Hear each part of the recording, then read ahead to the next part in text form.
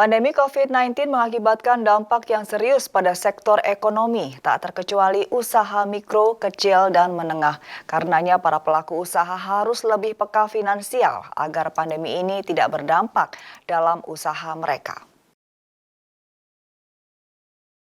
Dalam menghadapi pandemi COVID-19 ini, usaha mikro kecil menengah perlu terus diperkuat, mengingat UMKM tidak lagi dipandang sebagai alternatif, tapi juga tulang punggung atau pondasi ekonomi negara.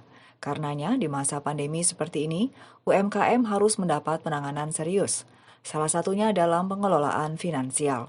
Langkah inilah yang dilakukan oleh Kanwil Direktorat Jenderal Pajak Jawa Tengah 1 lewat program Business Development Service dengan menggandeng Financial Planner Andika Diskartes lewat webinar dan diikuti oleh 366 pelaku usaha.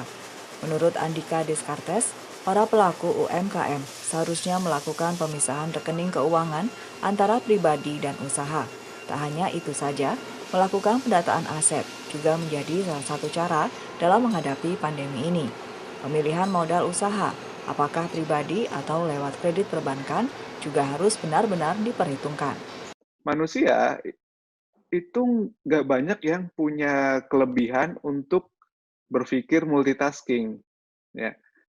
Pengeluaran untuk rumah dicampur sama pengeluaran untuk usaha kecil, kadang-kadang tercampur di kepala kita, di teman-teman yang baru belajar apalagi.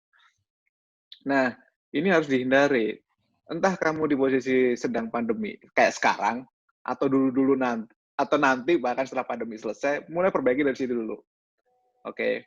Kemudian, gini, ada kalau di personal finance itu ada dana darurat. Tapi kalau di bisnis itu juga ada dana cadangan, ya. Dana cadangan itu selalu harus ada. Kalau teman-teman pernah invest ke perusahaan terbuka, salah satu indikator yang dilihat adalah kesehatan cash flow, ya. Ada bagian cash flow statement dan itu akan diperhatikan benar-benar sebelum injek duit.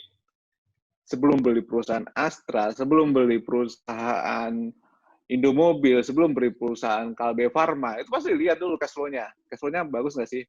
Kenapa? Karena cash flow itu menentukan kelangsungan bisnis usaha.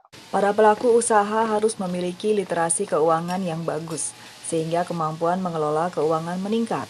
Dengan begitu, mereka tetap dapat meningkatkan income meskipun berada dalam kondisi perekonomian yang sulit.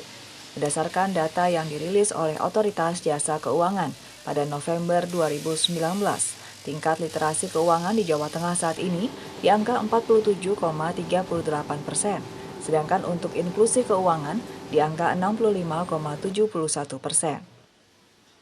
Restu Indah melaporkan.